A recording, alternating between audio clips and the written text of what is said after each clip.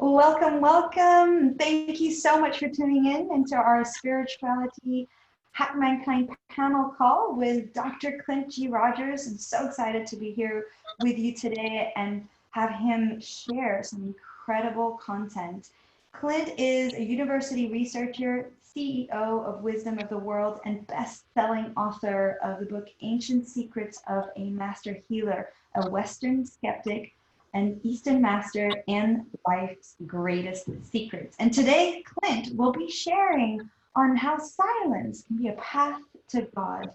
So, Clint, take it away. Oh, thank you, Jessica. Yeah. Thank you, everyone who's watching this. It's interesting because I know something about you. Just the fact that you would click on this video to watch it means that there's something really special about who you are and the path that you're on. And so first of all, I want to acknowledge you and also say that I don't consider myself an expert on spirituality, but I'm a fellow traveler with you. And I'm happy to share some specific things that have really, really helped me.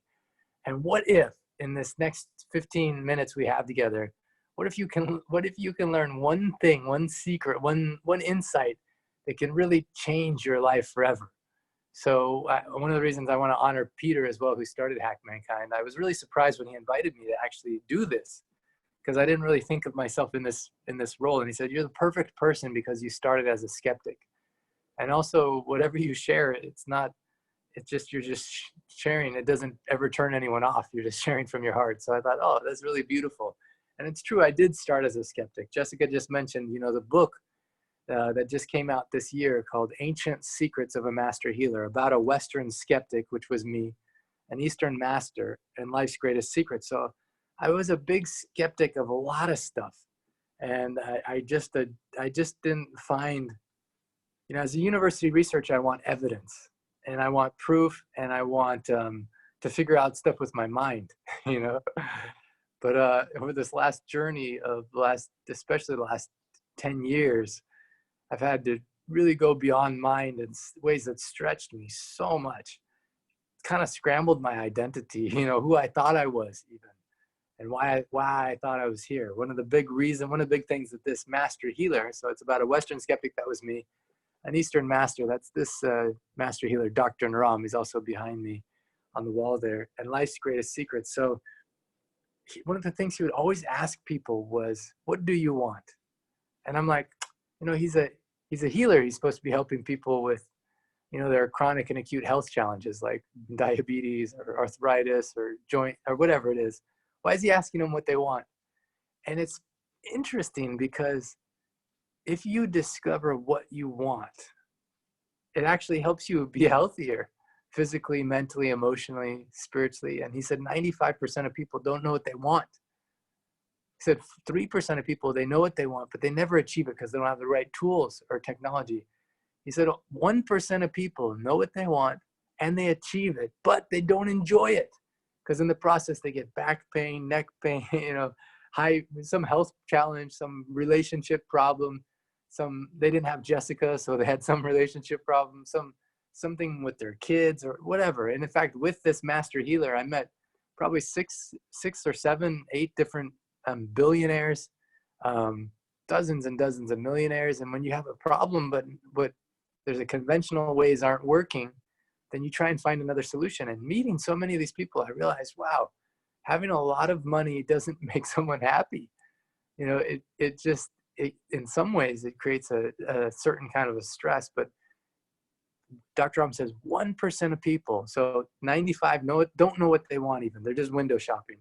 3% know what they want, but they can't achieve it. They don't have the right, mindset, the right tools. 1%, they know what they want, they achieve it, but it's toxic, so they can't enjoy it. Only 1% of people, they know what they want, they achieve it, and they enjoy it.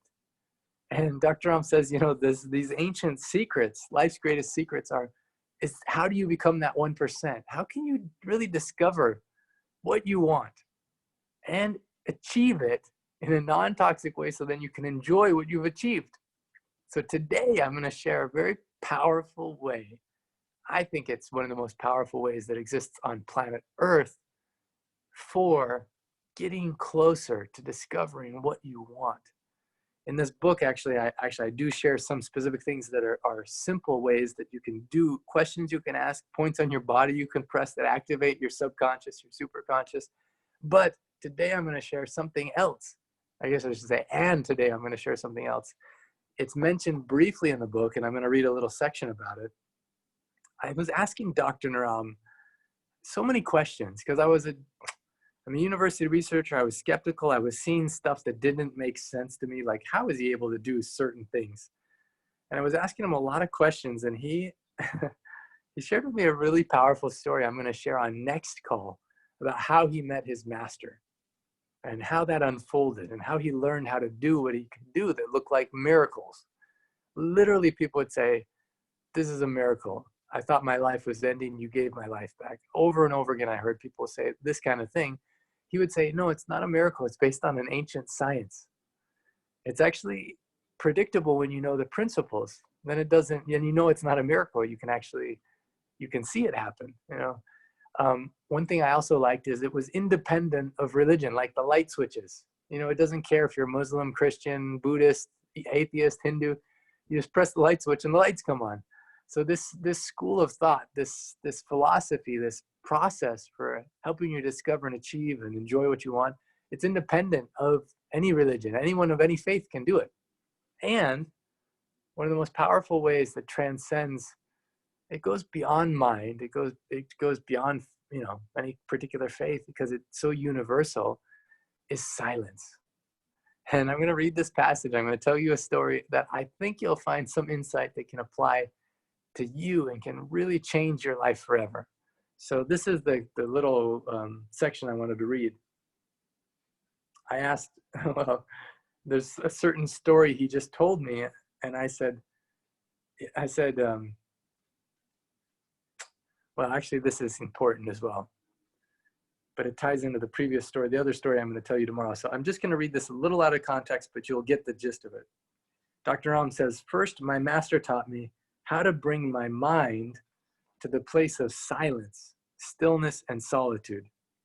This returns me to the center of who I am. And when I act from that place, the results are much better. In that place, I have nothing to fear or prove. And I see that it is actually not about me at all. It is about serving the God inside the person before me. Whenever I feel off center or don't know what to do, I go back to my center, silence, stillness, and solitude." And then in the book, I say, I didn't get it. It was as if he was speaking a foreign language. It would take me years to understand what he meant through my own experience. At that moment, however, I simply hoped the next thing he shared would make more sense. So at that time, it didn't make sense to me. So if it doesn't make sense to you quite yet, no problem. He challenged me at a certain point to actually go for a period of silence. So when you're watching this right now, think about what's the longest you've ever gone without talking? You know, since you were born until now, have you gone a half a day without talking? Or a whole day have you gone without talking? Have you gone 2 days? You know, I've asked many audiences as I'm presenting at different keynotes and speaking in different audiences, and some people say, I haven't even gone for a half hour. You know? So whatever it is, just think about that. Dr. Ram asked me actually to go for 10 days of silence. And it was one of the most difficult things I ever did. So challenging. After the third day, I was about to leave, actually, because I had neck pain, back pain. My mind was thinking about all the other things I could do that would be more productive. I was getting no benefit. In fact, I was getting more frustrated, more irritated, more angry. And I was just not enjoying it. And I thought it was a waste of my time. And I was my body was hurting. And it just, I didn't know what to say. So then after the third day, that night, I said, okay, only if I physically die am I leaving this place. And when I got that committed, something crazy happened. I went to sleep the next morning, all of my pain was gone. And that put me in an interesting state of like awe. I was like, wow. And then that day I had certain insights come to me that were so profound. And then the next day was even better than day 4. Day 6 was like exponentially better. I couldn't have imagined on day 4 the insights I'd have on day 6. And I couldn't imagine on day 6, the insights I'd have on day 8. Every day got better and better. Then about day 8, it started to get difficult again. And have you ever seen those magic 3D eye puzzles that you defocus, refocus, and it pops out of the page? So I felt like that. I describe the silence like there's a pool of water in front of you. And all of life, you're doing so many things and so much activity, like a stick is in your hand and it's rippling the water so much that you can't see through the surface. Finally, when I slowed down enough after day 3, then day 4, I was like looking and it's like, whoa, I can see so much below the surface that I never knew was there about life, about myself. And then this is the crazy thing that happened on day 8. It's like I'm looking at the water and it's like it gets blurry again. And then I'm getting a little frustrated but then I'm like, what? Maybe something good is going to come from this. And I look and then all of a sudden I see this like image. And I'm like, what is that? And who is that? And it gets clearer and clearer. And then all of a sudden I see, oh my goodness, that's me. At the time, I was probably 36. I had a PhD already. I traveled all over the world. One year, I was in 40 different countries, going, achieving. But I didn't even know who I was. I didn't even know what was driving me to do that. And in that moment, first time in my life, I saw who I was. And at the same time, there's some beautiful moments where connection happened. And there's a quote actually in scripture that says, "Be still and know that I am God." And I used to think that meant, God's just like saying, be still. No, I'm God. Like, calm down. I'm here, But now I think it's a mathematical formula. You do one thing and you get this result. If you be still long enough, you're going to know God. It's inevitable, according to what I understand from my experience. And now I've sent, I don't know how many dozens and dozens of people to go. And oftentimes they say, no, I don't have time.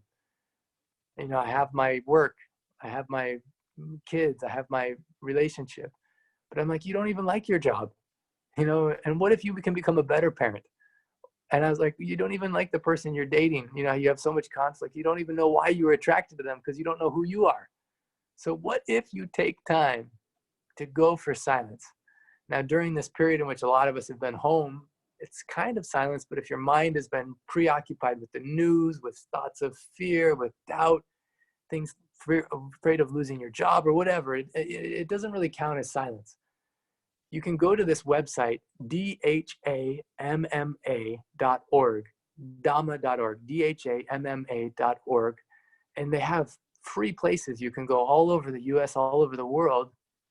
You just have to pre-register. You can go for 10 days. It's all free. Accommodation is free. Food is free. And you just have this experience. They call them 10-day courses.